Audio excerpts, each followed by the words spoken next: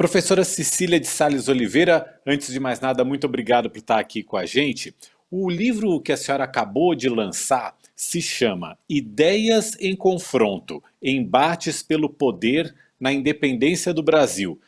Ou seja, no próprio título, ele já fala de confronto e de embates. Só que a gente tem uma impressão no senso comum de que a independência do Brasil foi muito pacífica, muito ordeira, que todo mundo aceitou, que a população aceitou com muita passividade. Não foi bem assim, professora? Bem, em primeiro lugar, eu quero agradecer a oportunidade, muito obrigada. É um prazer muito grande estar aqui, falando com você, com todos os seus ouvintes. Então, a independência do Brasil não foi pacífica, não.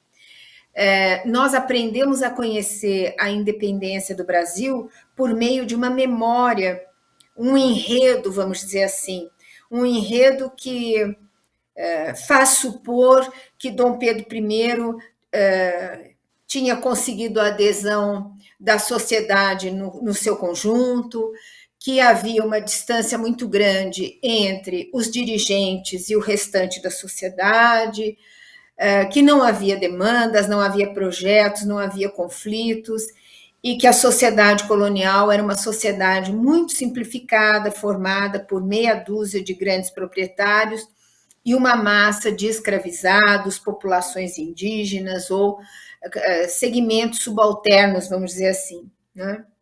Mas nos últimos 40 anos, as universidades públicas brasileiras, através dos seus programas de pós-graduação em História, essas universidades produziram uma enorme quantidade de pesquisas, teses, dissertações, artigos, livros.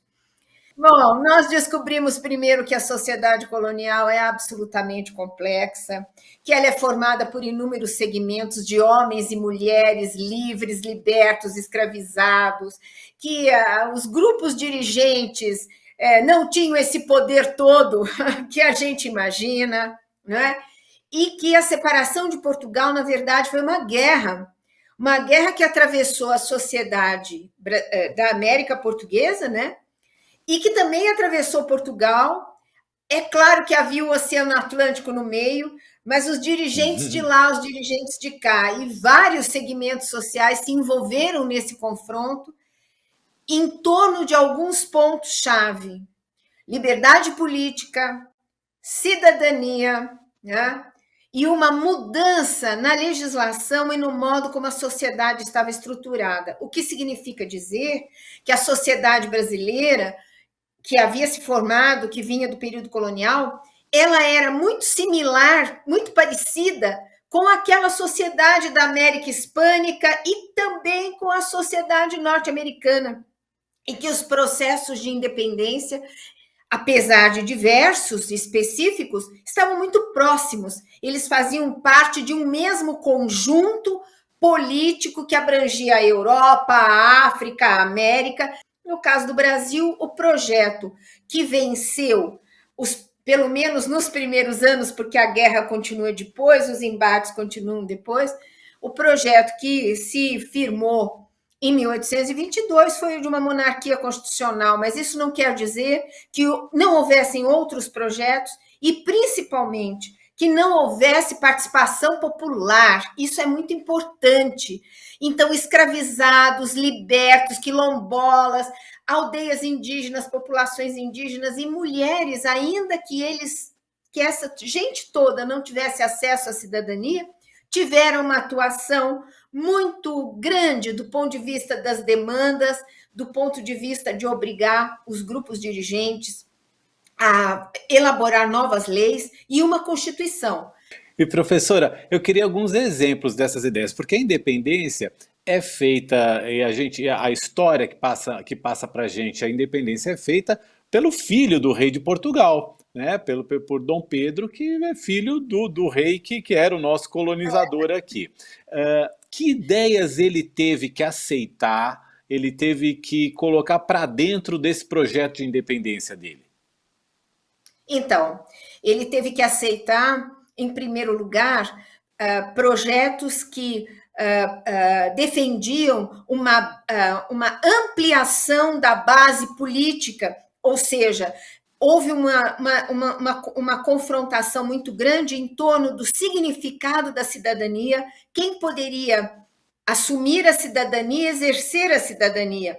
E apesar de Dom Pedro defender um governo mais centralizado e menos participativo, quando houve a separação de Portugal e a implementação da monarquia constitucional, a concepção de cidadania, ela, em função das demandas sociais e dos confrontos, ela acabou abrangendo homens libertos e que tinham um nível de renda muito baixo e que poderiam ser votantes, eleitores, e muitos deles podiam se candidatar, ou seja, houve uma abertura do ponto de vista da concepção de cidadania. E entre esses cidadãos estavam também afrodescendentes e libertos, e africanos libertos. Então, as mulheres ficaram fora, os indígenas ficaram fora, porque no mundo inteiro, naquele momento, as mulheres não podiam atuar politicamente, pelo menos de forma formal, e também os grupos indígenas não eram considerados cidadãos.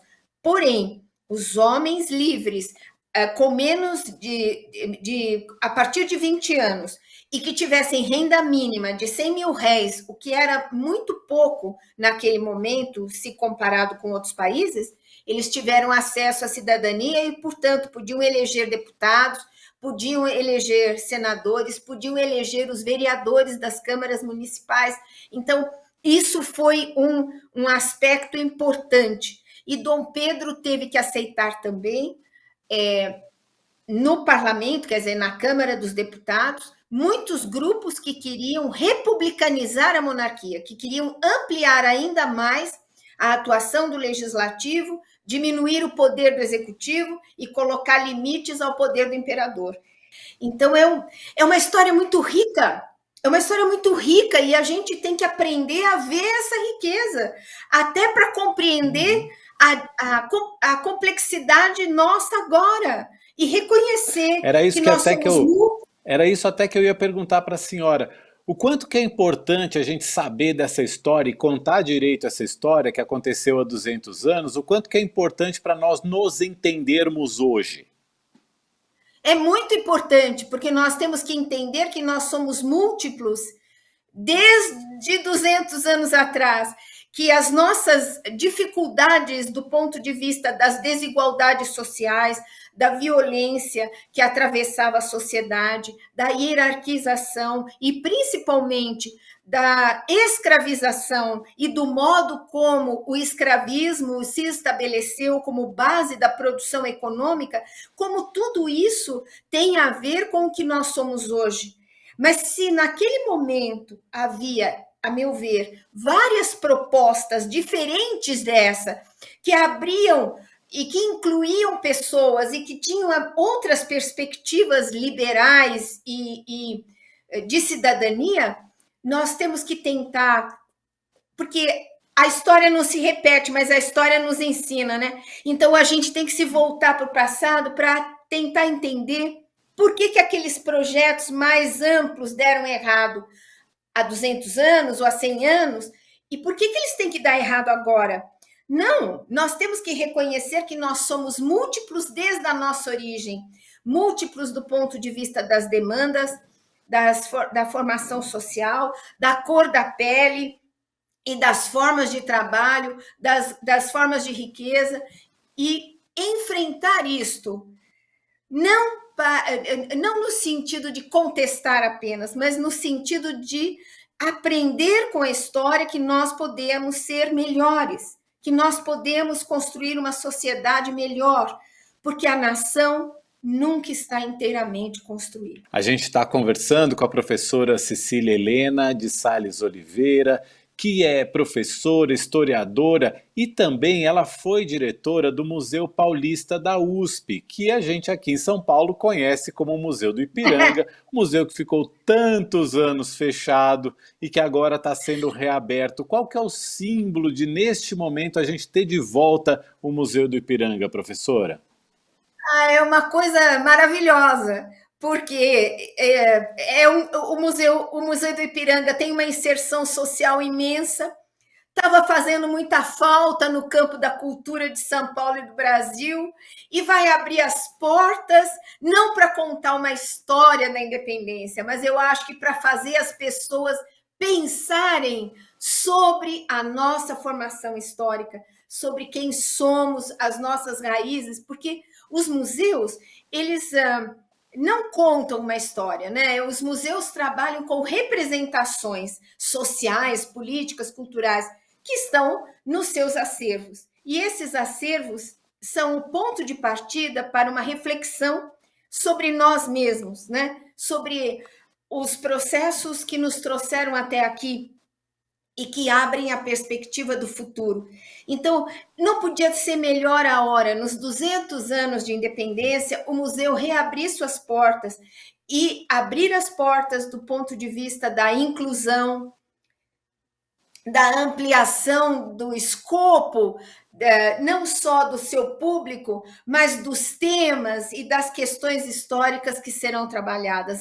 Então, isso tudo é assim, eu acho que é um grande presente para nós e muito inspirador, né? Porque junto com tudo isso, a gente vai poder ver de novo a tela do Pedro Américo, as pinturas históricas, aquele belíssimo acervo, aquele belíssimo prédio. Muito obrigado por estar aqui com a gente, muito obrigado por essas palavras, por nos ajudar a compreender um pouco esse momento que a gente está vivendo, olhando para 200 anos atrás. Obrigado mesmo.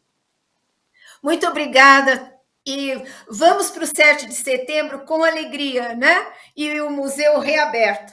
Muito obrigada pela oportunidade.